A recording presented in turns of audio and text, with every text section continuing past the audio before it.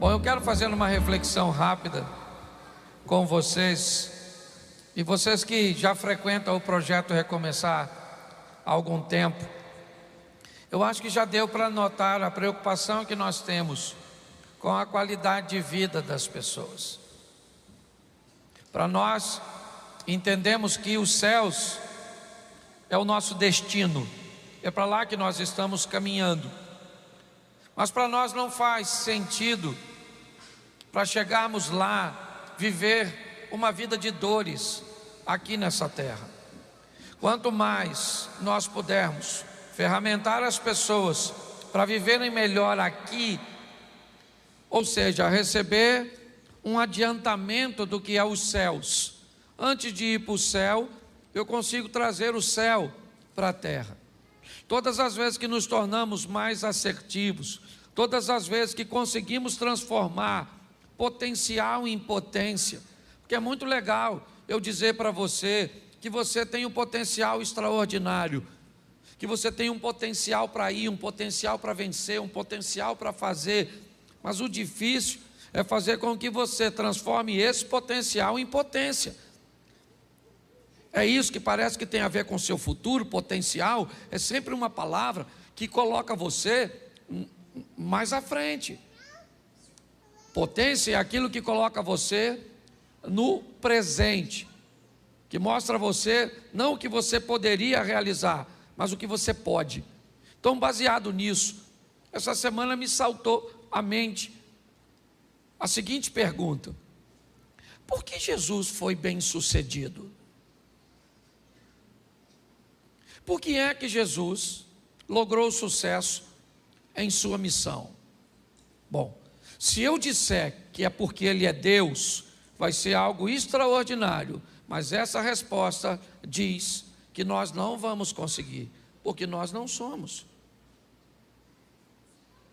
Se nós acharmos que Jesus obteve sucesso naquilo que empreendeu fazer, porque usava poderes sobrenaturais para alcançar, eu posso até pensar isso, mas isso certamente não nos qualifica para vivermos as mesmas coisas.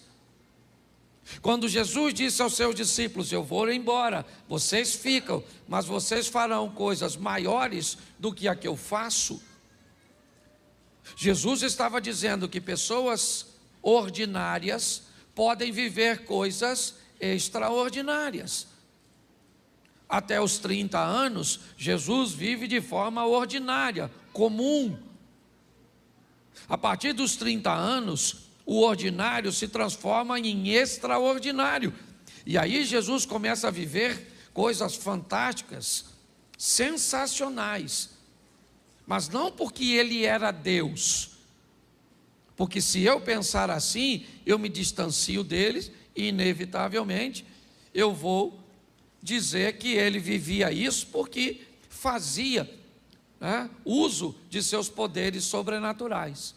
Então eu comecei a dar uma olhada e vi 4 coisas que me saltaram os olhos, porque Jesus foi bem sucedido. A primeira foi por causa do reconhecimento que ele tinha sobre autoridade, sobre hierarquia. A segunda era pelo conhecimento sobre o que ele desejava realizar. A terceira era o reconhecimento da missão. E quarto, era por causa das escolhas das pessoas certas. E pautado nisso, eu vou mostrar isso para você em etapas, rapidinho. Eu preciso que você entenda hoje que você pode sair daqui e dar uma volta de 180 graus na sua vida, no seu casamento, nas suas finanças. Hoje, eu ando sentindo algumas dores, alguns desconfortos. Chegou a época de fazer uma outra bateria de exames de intestino e de estômago. E todas as vezes que a gente chega perto disso, você sente uma dorzinha. E eu comecei a falar com Deus, e hoje eu falei: Senhor, tantas vezes nós pedimos para que o Senhor nos cure, Mas aí eu fico pensando, ele vai nos curar para quê? Para a gente negligenciar de novo? Ou será que está na hora de recebermos uma cura para cuidarmos da nossa saúde? Porque como o Eliezer falou aqui, de uma forma muito legal, nós muitas vezes estamos correndo atrás de uma situação emergencial. Eu quero algo que resolva o meu problema momentâneo, e não é isso. Nós precisamos introduzir Deus na nossa vida para que possamos viver uma vida extraordinária. Então Jesus viveu isso primeiro, desde cedo. Ele tinha algo muito peculiar: o reconhecimento das autoridades que estavam sobre eles. Então eu vou te mostrar alguns textos para ratificar isso. Coloca para mim, por favor, Lucas capítulo 2, verso de número 51. Preste atenção. E desceu com eles, e foi para Nazaré, e era-lhes sujeito, e sua mãe guardava no coração todas essas coisas. Preste atenção. A primeira autoridade que o Filho de Deus foi colocado, foi a autoridade, ou a primeira autoridade que todo ser humano é colocado sobre os seus responsáveis, na maioria das vezes, seus pais. Eu quero lembrar a você que Jesus é o Filho de Deus e sabe disso. Isso nunca foi uma dúvida na cabeça dele. Mas o texto em que eu coloquei na tela, Jesus tem 12 anos de idade, ele é uma adolescente. E uma adolescente já costuma ter um comportamentozinho meio rebelde, ainda mais sendo menino, achando que é dono do seu próprio nariz. E pior, Jesus sabe que é o Filho de Deus. Tem gente que porque é filho de político, acha que é alguma coisa, porque é filho de pai rico, já acha que foi alguma coisa. Tem gente até que acha que é filho de pastor e pode dar carteirada na igreja.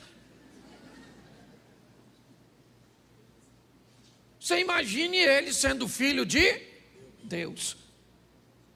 Mas olha, ele fica 3 dias, está perdido dos pais. José e Maria chegam no templo e vão logo dando uma dura nele.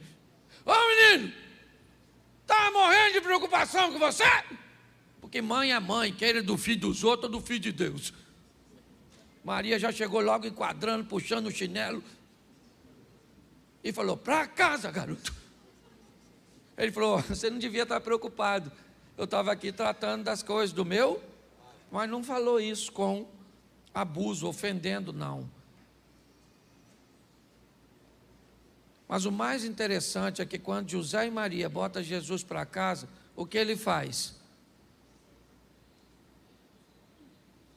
Vai. Ele poderia falar, ó, como é que fala comigo? Está pensando que eu sou quem? Filhinho seu aí qualquer? Eu sou o Jesus, o Salvador. Não, ele falou, essa aqui quem é? É minha mãe e meu, e eu reconheço a autoridade deles. Você quer se dar bem na vida? Comece reconhecendo a primeira. Ah, mas o meu pai e minha mãe. Não interessa, pode ser bom, pode ser ruim, mas foi quem está na sua vida. Às vezes é tão ruim porque você corre o risco de ser pior que eles. Então eles precisam ser ruim para melhorar você. Que tem uns pais que são ruins para melhorar os filhos. Porque olha que coisa louca. Tem filho que é filho de gente boa e fica ruim. Tem filho que é filho de gente ruim.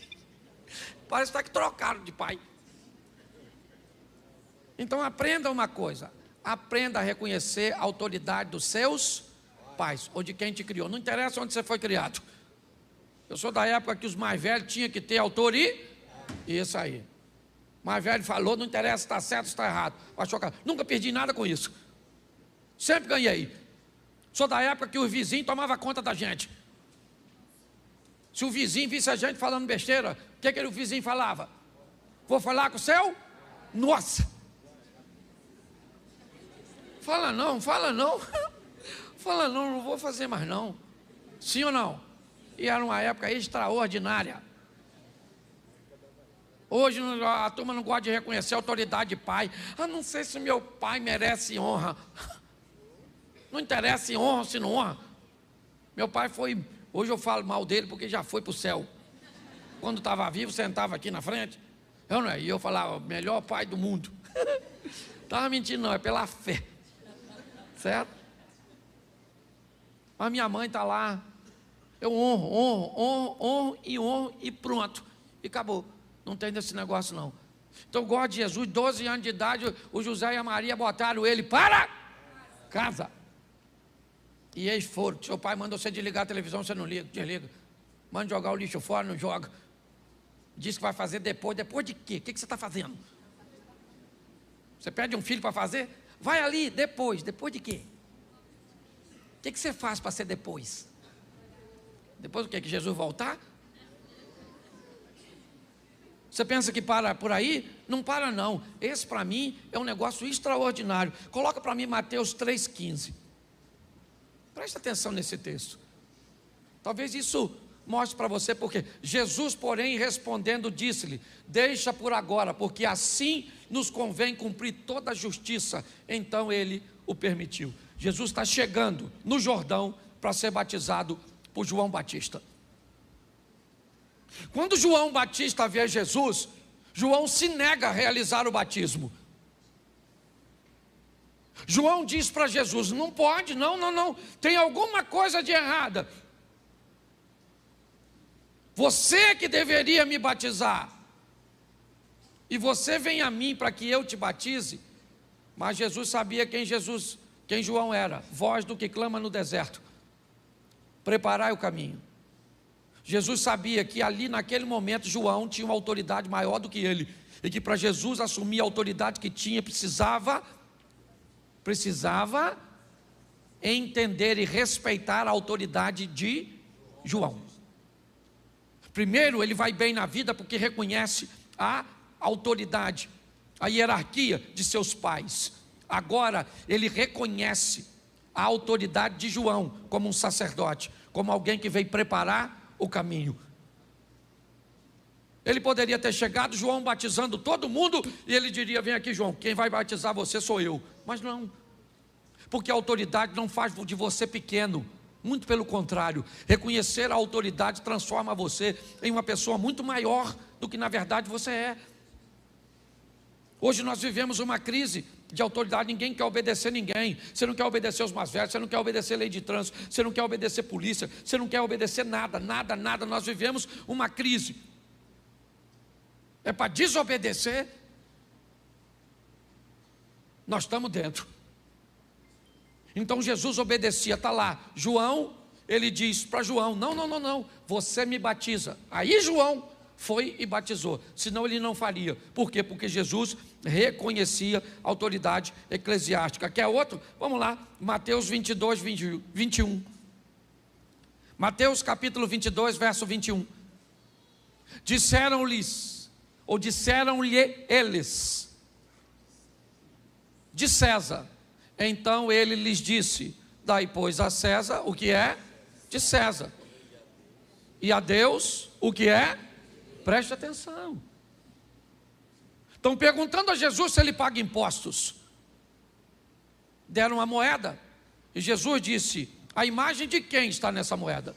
Ele disse: do César. Ele disse: então dá a César o que é do, e dá a Deus o que é. Na moeda estava a imagem de quem?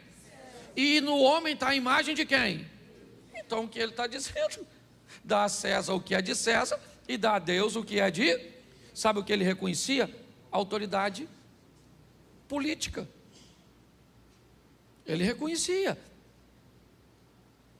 Havia um reconhecimento, e muito mais do que reconhecer, ele respeitava. É importante nós entendermos isso. Não interessa, irmãos. Todas as vezes, hoje, eu fui de manhã a Tanguá resolver um assunto. E quando eu fiz o retorno ali em Itaboraí, em Manilha, estava bem engarrafado. E aí do meu lado esquerdo, já no acostamento, mas do lado esquerdo, começou um montão de gente me cortar. E eu comecei a olhar, 1, 2. E lá na frente, sabe o que eles fazem? Me fecha. Ou fecha a linha que eu estou. E aí, começou a me dar uma vontade de ir para lá. Era errado, sim ou não? Sim. Mas todo mundo estava fazendo? Sim. Mas se todo mundo faz errado e eu faço também, fica certo? Não. Mas em todo momento nós somos impulsionados a desobedecer, a esquecer algumas coisas. Jesus não, obedecia os pais dele. Devia ser legal obedecer? Não, mas obedecia. Seria mais honroso para ele chegar no Rio Jordão e batizar João e ganhar popularidade, sim ou não? Mas ele fez? Se submeteu. Agora ele está se submetendo a uma autoridade de César. César não era uma pessoa, o nome não é César, ok? César era um cargo, que isso fique bem claro. Aqui provavelmente Augusto ocupava o cargo de César, o imperador. O que Jesus está mostrando é que apesar de ser a maior autoridade, ele era capaz de reconhecer a autoridade das pessoas, e era isso que fazia dele grande. É importante nós entendermos, o sucesso de Jesus vem de entender o que é uma hierarquia. Hoje talvez você não consiga entender a hierarquia do seu gerente, de alguém que está sobre você, porque tem gente que tem dificuldade de lidar com o relacionamento vertical. Basta ter alguém acima de você que você não se submete, e basta ter alguém abaixo de você que você pisa. Nós temos que aprender a lidar com isso. Esteja abaixo, esteja no nível horizontal ou acima, eu tenho que aprender a lidar com pessoas. É a hierarquia da vida. Às vezes eu coloquei aqui no evento, no último evento que teve, pais e filhos. Quem estava dirigindo era o Osias. O evento não era meu, era do Osias. Era ele que estava dirigindo. E aí eu perguntei a ele ali, quanto tempo eu tenho para pregar? Ele falou, você é o pastor, você prega o tempo que você achar. Eu falei, hoje eu não sou o pastor, hoje aqui você é uma autoridade sobre mim. Ué, funciona desse jeito. A gente estava na marcha para Jesus. Eu queria que o pastor Silas fizesse uma coisa. Fui falar com o pastor Silas, ele falou comigo, Cláudio, mas eu sei que tem que fazer. Eu falei, o chefe hoje sou eu ou é o senhor? Ele falou, não, o chefe é você. Eu falei, então faz. Ele fez a mesma coisa que você, sorriu e fez. Você consegue entender? Entende? Quando você reconhece, acabou, querido. O mundo conspira a seu favor. Pare de querer desonrar. Aprenda. Que todas as vezes que alguém é mau, todas as vezes que alguém faz errado e faz com que você faça errado também, ele é seu discipulador. Quando alguém te fere, quando alguém te magoa, quando alguém é mal com você e faz você se tornar mal, essa pessoa não é seu inimigo, ela é seu mestre. Ela doutrinou você. Ela é tão má que conseguiu fazer com que você ficasse mal. Ela é tão desobediente que conseguiu fazer você desobedecer. Aprenda. Sabe por quê? Porque preste atenção nesse texto agora. Mateus 26, 39. Olha só, começou no pai, foi para a autoridade eclesiástica do João, foi para o governador, para o político, e indo um pouco adiante, prostrou-se sobre o seu rosto, orando e dizendo, meu pai, se é possível, passa de mim este cálice, todavia não seja como eu, mas como tu. Agora ele está sendo fiel à hierarquia de Deus. Note que antes de dizer que é fiel a Deus, ele foi fiel aos seus, foi fiel ao sacerdócio, foi fiel ao sistema. Eu não pago imposto porque não usam mal meu imposto. Está furado. Está furado, querido, está furado. Se você desobedece à lei dos homens para dizer que, se obedecê-las, Deus não é suficientemente poderoso para te fazer prosperar ou para te fazer vencer, troca de religião. A verdade é essa. Cuidado com esse subterfúgio, que muitas vezes uma situação corrupta como a nossa tenta nos impulsionar, porque é isso que eu estou dizendo. É isso que está dizendo. Já que os corruptos usam mal o nosso dinheiro, então nós também nos tornamos corruptos. Pare para pensar. Isso é mais sério do que a gente possa imaginar. Então Jesus fazia o que fazia e teve sucesso porque reconhecia as autoridades, primeiro de seus pais, depois de João Batista, depois de César e depois de Deus. Segundo, Jesus teve sucesso porque tinha conhecimento daquilo que ele iria realizar. É outra coisa que muita gente acha que Jesus citava a Bíblia porque usava seu poder sobrenatural para lembrar de texto bíblico. Jesus usava a Bíblia por quê? Por que ele usava o texto sagrado? Porque lia.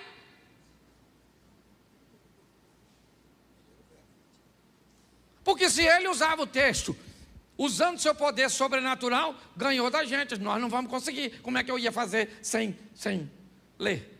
Senhor, agora me revela agora isso. João capítulo 8, verso 1. Não vai rolar. Você tem que ir lá pegar João. E Jesus foi para o Monte das Oliveiras, e pela manhã cedo tornou para o templo, toda a multidão vinha ter com ele, assentando-se e ensinava, e os escribas e fariseus trouxeram uma mulher, apanhada no próprio ato, adulterando, e puseram no meio, e disse Jesus, e você conhece a historinha. Agora, por que você acha que eu sei o texto? Porque eu li. E por que você não sabe? E o Satanás está preso. Nem perturbou você. Conhecimento daquilo que você vai. Por isso que ele tem conhecimento. Lucas 2,46, coloca aí. Quer fazer as coisas, quer montar um negócio, não tem conhecimento do negócio. Quer construir um relacionamento amoroso, não tem conhecimento da pessoa. Quer arrumar um amigo, e aí depois reclama. Tudo para mim dá errado. Esse dia um cara falou comigo, pastor, eu vou contar minha história para o senhor vê onde eu errei. Ele me contou a história dele, eu falei, rapaz, eu estou tentando ver onde você acertou. Porque você errou foi quase tudo. Está aí, ó. E aconteceu que, passados 3 dias, acharam no templo, assentado no meio dos, ouvindo e quem é que estava lá? Conversando, ouvindo, interrogando Jesus. E por que ele interrogava? Por que ele perguntava? Por quê? Aliás, essa era uma prática de Jesus. Ele só perguntava para os outros aquilo que ele já sabia. Isso, parecia até a imigração americana. Se você já viajou para a América, você sabe como é que funciona. Você chega lá, o cara pergunta assim, quantas bagagens o senhor tem? E já está na tela. Que cor? O que você trouxe dentro? Tudo que ele pergunta, ele já, porque ele quer saber se você está. É isso aí. Dá uma olhada nisso aqui, ó. Jesus conhecia. E vou te mostrar agora como é que ele conhecia. Presta atenção, Mateus capítulo 4, verso 4.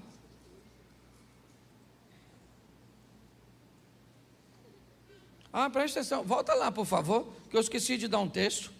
Lucas 2, 47, eu só dei o 46, bota aí o 47, querido. E todos os que ouviam, admiravam da sua, e da sua, isso. Por que ele respondia? Porque ele sabia o que estava falando. Você está entendendo? Tem gente que vai evangelizar alguém, se alguém colocar uma palavra, já desmontou toda a sua fé. Sabe nada. O WhatsApp ele lê o dia todo. Essas porcarias do TikTok, desses troços que a gente fica vendo assim, ó. Vem um, vê outro, passou o dia. Tempo para ler a Bíblia nós não tem.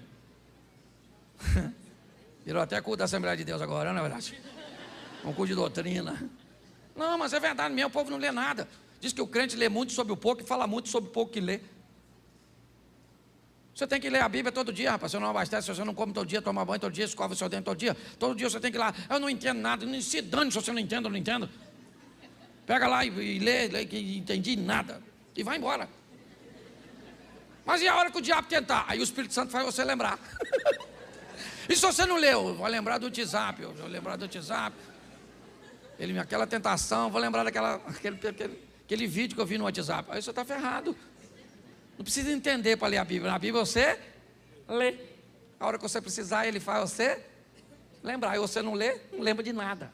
Nem que Deus te ama. E que você vai vencer. Aí não precisa nem de gigante para te vencer, até um anão. Mateus capítulo 4, verso 4. Já estava aí, o cara está rápido, está com mais fé que eu. Ele, porém, respondendo, disse: Está. O que Jesus disse? Está? E por que ele disse está escrito? Porque ele leu. Ele leu. Entendeu? Não entrou senão. Ele leu. Pastor, eu não gravo texto bíblico. Infeliz, você não lê.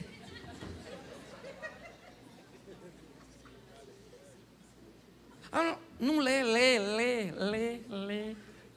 Sabe aquela historinha do garotinho que perguntou ao pai o que era aquele livro que tinha na casa dele? O pai dele falou: isso é uma Bíblia. E o garotinho falou: o que é a Bíblia? O pai falou: o livro de Deus. O garotinho falou: que legal. Passou um mês, o garotinho perguntou de novo: o que é isso, pai? Ele falou: sim, menino, isso é a Bíblia. Ele falou: o que é a Bíblia? Ele falou: o livro de Deus, menino. Na terceira vez, o garotinho perguntou: o que é isso? Ele falou: a Bíblia. O que é a Bíblia? O livro de Deus. O garotinho falou assim: então por que a gente não devolve ele? Porque aqui ninguém usa. E tem umas pessoas que acham que é amuleto. E abre assim no 91. Sua casa está protegida.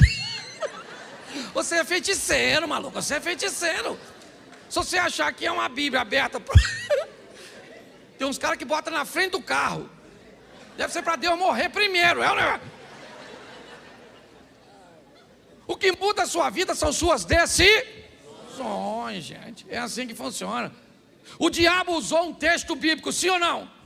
E aí o que Jesus falou? Aí, maluco, chifrudo, está escrito: nem só de pão viverá, mas de toda a palavra que sai da boca de...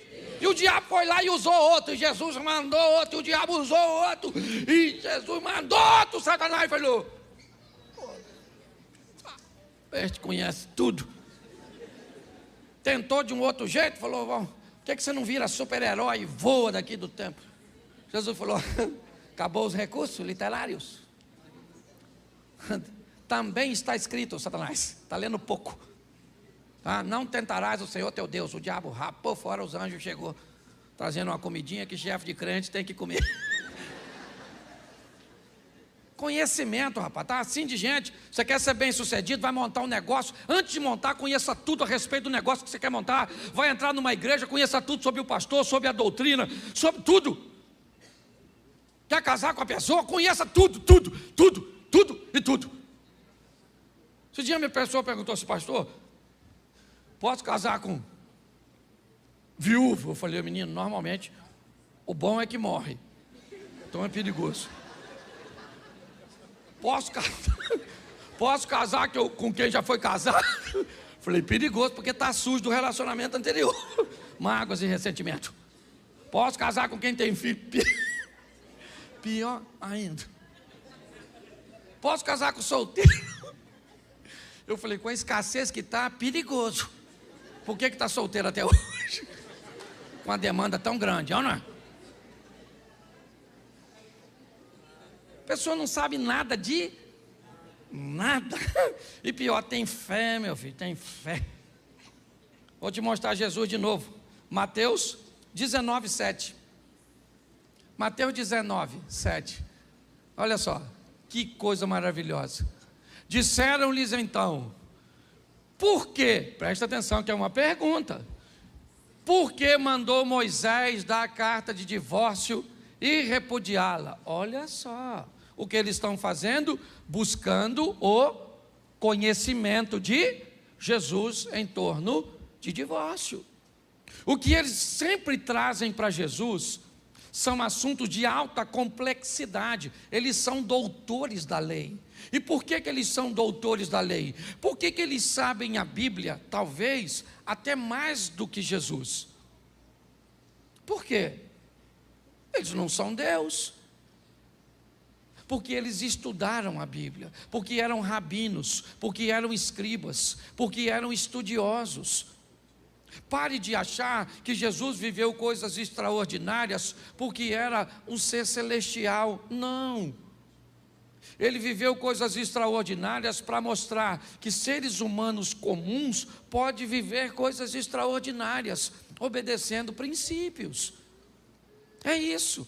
E um dos princípios foi a hierarquia que eu falei, e agora o conhecimento. Perguntavam a ele, como é que eu alcanço o reino de Deus? Sabe o que Jesus dizia? Como é que está escrito? Aí dizia o texto, ele dizia, muito bem, então vai e cumpre. Você quer obter sucesso? Faça como ele. Conheça. Terceiro princípio, reconhecimento da missão. Talvez esse seja extremamente desafiador para a maioria das pessoas. É entender o que veio fazer nessa terra. Reconhecimento da missão. Hoje muitas pessoas têm dificuldade de observar isso, de fazer a leitura correta a respeito disso. Mas preste atenção, João capítulo 2, verso 4. Caná da Galileia é o cenário. 2,4 de João. Disse-lhe Jesus, mulher, que tenho eu contigo? Ainda não é chegada a minha hora. Maria está pedindo a Jesus que livre aquela família da vergonha, porque o vinho acabou na festa. Ela vai até Jesus e disse, olha, eles não têm mais vinho, isso vai ser uma vergonha. Jesus então disse, mas eu não vim aqui, essa não é a minha missão, não é para isso. Ele disse, ainda não é chegada a minha hora. Lembra quando ele vai ser preso? Finalmente, o que ele diz quando vai ser preso? É chegada a minha hora. Jesus obteve sucesso porque ele sabia o que veio fazer. Eu levei um bom tempo para descobrir. Primeiro, que eu era crente. Segundo, que eu ia pregar. E terceiro, que eu tinha que pregar de um jeito engraçado numa época que ninguém pregava. Porque eu fui chamado de demônio, disso, daquilo outro. E você já deve ter ouvido pra caramba. E talvez não só ouvido, como falado. Vou abrir meu coração hoje aqui. Tem assim de gente na igreja que falava mal de mim. Porque não me conhecia, achava que eu não era sério, só porque eu era bem-humorado. Esse pastor é um palhaço, um engraçadinho, fica contando piada no púlpito. Não levanta a mão não, mas eu sei. Esse dia eu estava conversando com um, o outro chegou e falou assim, pastor, você não sabe como é que isso falava mal de você. E eu falei para ele assim, rapaz, fica tranquilo que ele não sabe o quão ruim eu era. Senão falava mais. Saber quem você é, cara. Sabe qual é o problema hoje? Cara, parece que as pessoas querem dizer quem nós somos, o que temos que usar, o que devemos falar, o que devemos fazer. Aliás, para estarmos inseridos em grupo, às vezes jogamos nossa identidade fora, usamos coisas que não gostamos. Eu já contei essa história aqui diversas vezes. Eu fui viajar, o cara me levou para andar numa lancha, depois da lancha me levou para andar num tal de um jet ski. Pensa num troço maneiro, voltei para casa doido, ainda dava para comprar, falei com... O cara falou, compra um para tu. Eu falei, vou comprar. E vim para casa, pro Xerém. Chamei minha mulher e falei, querida, eu andei num jet ski, menino, vou comprar um troço daquele para nós. Ela falou para mim, Cláudio, falou com você, nós vamos andar onde?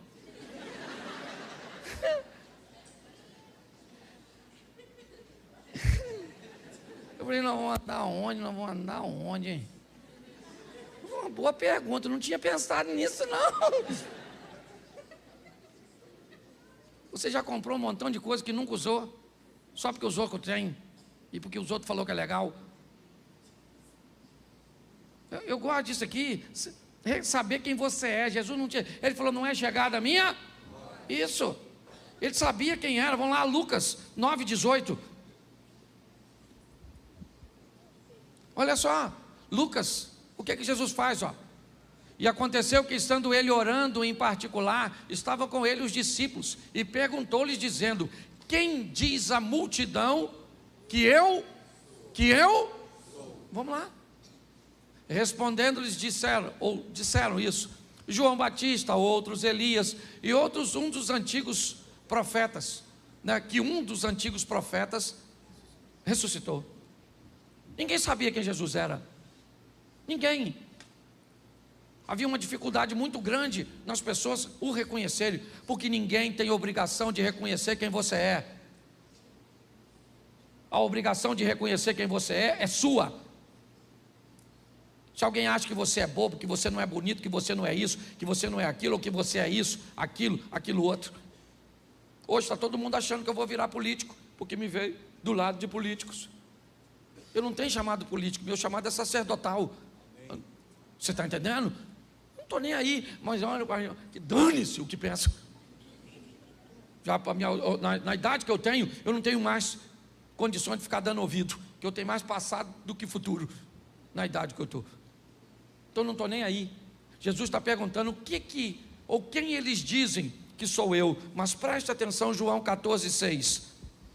João 14,6. Olha o que Jesus disse.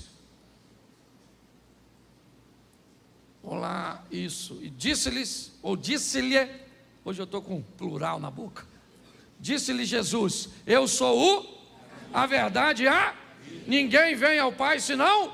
O que ele está dizendo? Eu sei quem eu. Então pare de querer ser quem os outros querem que você seja. Usar, fazer.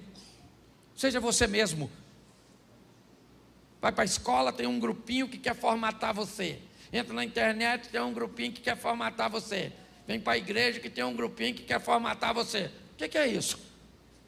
Não perca a sua identidade, não interessa onde você esteja. Onde você estiver, vai ter gente querendo roubar a sua identidade. É assim que funciona. Jesus sabia quem ele era, reconhecia sua missão e não tinha problema no que diz respeito a isso. Por isso, ele teve sucesso. Bota aí João 19:11. Bota aí. João 19:11. Presta atenção nesse texto. Respondeu-lhe Jesus: nenhum poder terias contra mim, se de cima não te fosse dado. Mas aquele que me entregou a ti, né, maior pecado tem. Ele está falando de Judas ali, mas Pôncio Pilatos está chamando Jesus e dizendo assim: ô Messias, ô rei dos judeus, se defende, cara. Eu posso libertar você. E Jesus disse: você não está entendendo, Pôncio Pilatos. Quem aqui não sabe quem é você. Eu sei muito bem quem eu sou.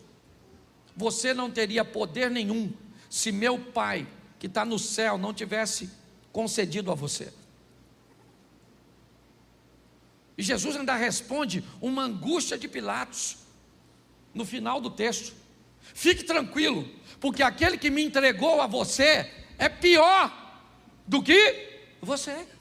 Até no sofrimento, até no momento da adversidade, até no caminho da morte, Jesus está aliviando a dor de quem encontra no caminho, porque sabe quem é. Quanto mais rápido você descobrir quem você é, o que você veio fazer, mais fácil fica. Mas pastor, por que eu não sei quem eu sou, nem o que eu vou fazer? Porque identidade e missão está totalmente entrelaçado. Por que você não sabe quem é e não sabe qual é a sua missão? Porque nós ficamos o tempo inteiro, principalmente hoje, olhando para a vida dos outros. Então é o corpo dos outros, a roupa dos outros, a rede social do outro, é o que o outro está fazendo. Então eu não tenho tempo para viver a minha vida, já que eu estou tão focado. Mas presta atenção nesse texto, Mateus 27, verso 40, já estou quase terminando. E dizendo: tu que destrói o templo e em 3 dias o reedifica, salva-te a ti mesmo, se és o Filho de Deus, desça da desça da... Verso 42. Isso. Salvou os outros e a si mesmo não pode salvar-se? Se é o rei de Israel, desça agora da cruz e creremos nele. Preste atenção. É isso. Desça da cruz, Jesus, desça da cruz. Ele falou, não posso descer. Subir aqui foi minha escolha, missão. Isso aqui não é fatalidade. Ninguém tira a minha vida, sou eu que... Ele sabia. Uma das maiores crises que vivemos hoje na sociedade é a crise da identidade, irmãos. E é por isso que Jesus venceu essas etapas. Vamos lá? A autoridade de seus pais, de João Batista, de César, de Deus, o conhecimento através da palavra, o reconhecimento da missão. Mas uma das coisas que fez Jesus ter mais êxito foi nas escolhas de pessoas. Porque ninguém faz nada sozinho. Hoje eu estava gravando finalzinho de um curso ali em cima com um amigo, e eu olhei para a nossa igreja e eu pensei, cara, com a dinâmica do meu ministério, o que o projeto Recomeçar seria sem o Osias, sem o Sidney, sem a Dani, sem o William, sem o Eliezer? O que ele seria? O que ele seria sem esses meninos do som? O que ele seria sem as meninas que estão trabalhando no Ministério Infantil? O que ele seria sem as secretárias da igreja? O que ele seria sem o Sidney com o nosso Ministério de Oração, a Adriana com a nossa Oficina da Alma? O que ele seria se não tivesse? Porque ninguém faz nada sozinho. A grande verdade é essa. Achar as pessoas certas é a grande essência da vida. Amém. Adriana, quantas vezes eu fui na Oficina da Alma? Uma vez. Uma. Funciona há quanto tempo? Já vai para 6 anos. Sabe por que eu não vou? Porque não dá problema. Porque resolve problema. Você está entendendo? Está amanhã com Deus aí. A turma que trabalha com ensino sabe como eu deixo o livro. Tem gente até que fica preocupado. Está lá, ó, meu livro dos obreiros internos, externos, está tudo aí.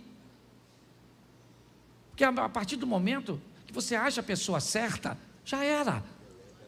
Porque tem gente que faz coisa muito melhor que você em área que você não é bom. E pronto, e vida que segue. É assim que funciona. Jesus achou pessoas certas. Se nós entendermos isso, primeiro, ele achou seus discípulos. Não foi numa escola, não. Não. Ele pegou 12 camaradas, descobriu que dos 12, 4 dava para andar um pouco mais perto, dos 4, 2 poderiam ser mais chegados, e dos 2, ele tinha um, que foi o último discípulo a morrer, João, na ilha de Patmos. Ele conseguiu achar pessoas certas. E o Evangelho de João, capítulo 17, verso 12, presta atenção no que disse Jesus. Olha só. Ele sai 100%.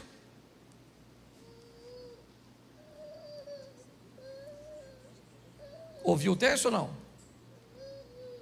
Vamos lá, 17, 12. João 17, 12. Se travou, me fala que eu leio. Travou? Isso, o computador, o inimigo, está furioso. João 17, 12. Estando eu com eles no mundo, guardava-os em teu nome, e tenho guardado aqueles que tu me deste, e nenhum deles se perdeu, senão o filho da perdição, que a Escritura, né, disse ou falou para que se cumprisse. Preste atenção. Jesus disse: todos os caras que eu escolhi deu certo, até o que deu errado. Porque o cara que deu errado cumpriu a sua missão. Por quê? Porque quando você acha as pessoas certas, já era. Por que você acha que todos os dias o diabo está mandando gente errada para a sua vida? A Bíblia diz: bendito é aquele que vem em nome do Senhor. Então, se bendito é aquele que vem em nome do Senhor, todo dia seu filho encontra com gente que vem de Deus e gente que vem das trevas. Sua esposa encontra com gente que vem de Deus e gente que vem das trevas. Seu marido encontra com gente que vem de Deus e gente que vem das trevas. Porque se todo mundo viesse de Deus, não precisa ter processo de seleção. Todo mundo vem do mesmo lugar.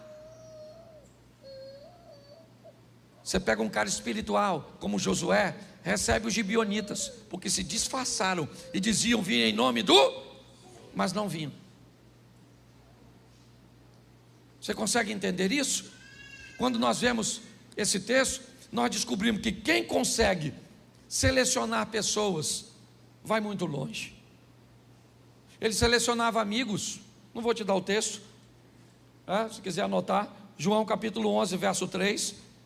Mandaram-lhe suas irmãs dizer: Senhor, está enfermo Lázaro, aquele a quem tu amas, seu amigo. Jesus também tinha amigos, e não eram poucos, eram muitos.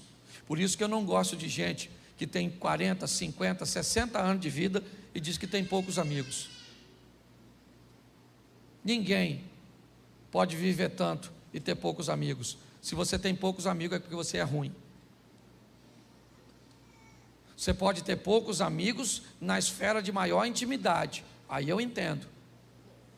Mas você tem que ter amigo para viagem, amigo para bate-papo, amigo para pesca, amiga para ir para o shopping, amigo para contar segredo, amigo para emprestar dinheiro, amigo para orar por você. E provavelmente não vai ser o mesmo para todos os grupos. Tem gente que você empresta dinheiro, mas não ora por você. Tem gente que ora por você, mas você não empresta dinheiro. Tem gente que você conta segredo, mas não vai na sua casa. Tem gente que vai na sua casa, mas você não conta segredo. Eu estou cansado de falar isso. E é por isso que muita gente não quer viver com gente, certo? Agora, preste atenção. Lucas 8:2, e eu termino aqui. Lucas, dá? Foi, agora foi, que eu tinha esquecido. E também algumas mulheres que haviam sido curadas de espíritos malignos e de enfermidades. Maria, chamada Madalena, da qual saíram 7 demônios. Joana, mulher de Cusa, procurador de Herodes, e Susana, em muitas outras que o serviam com suas. Jesus tinha gente que financiava seu sonho. Não tem como não ser bem sucedido. Não tem. Não há fórmula que derrote Jesus. Ele reconhece seus pais, reconhece a autoridade eclesiástica, reconhece a autoridade política, o que governa esse mundo, reconhece a autoridade de Deus. Jesus sabe o que veio fazer, tem conhecimento, reconhecimento de missão, e alguém que sabe escolher pessoas. Não tem como. Não tem como dar errado para quem utiliza essa fórmula. Mas não honro meus pais, não honro os princípios e as autoridades eclesiásticas, eu não honro os governantes, eu não honro Deus. Eu não sei nada sobre meus direitos, biblicamente falando, eu não reconheço minha missão e eu não seleciono pessoas. Querido, a probabilidade de você ser bem-sucedido é quase zero. Desculpe o que eu vou falar, mas o maior vilão da nossa vida ainda continua sendo nós mesmos. A grande verdade é essa. Mude de vida. Mude a sua maneira de pensar. E você pode ter certeza que as coisas vão mudar. Minha maneira muda quase todos os dias. E eu termino usando um texto que usei aqui numa das minhas últimas mensagens. Ana e Penina. Nunca um texto quebrou tanto meus paradigmas quanto esse. Por muito tempo, eu disse que Ana era maior que Penina, que o filho de Ana era Samuel e o filho de Penina ninguém sabia o nome.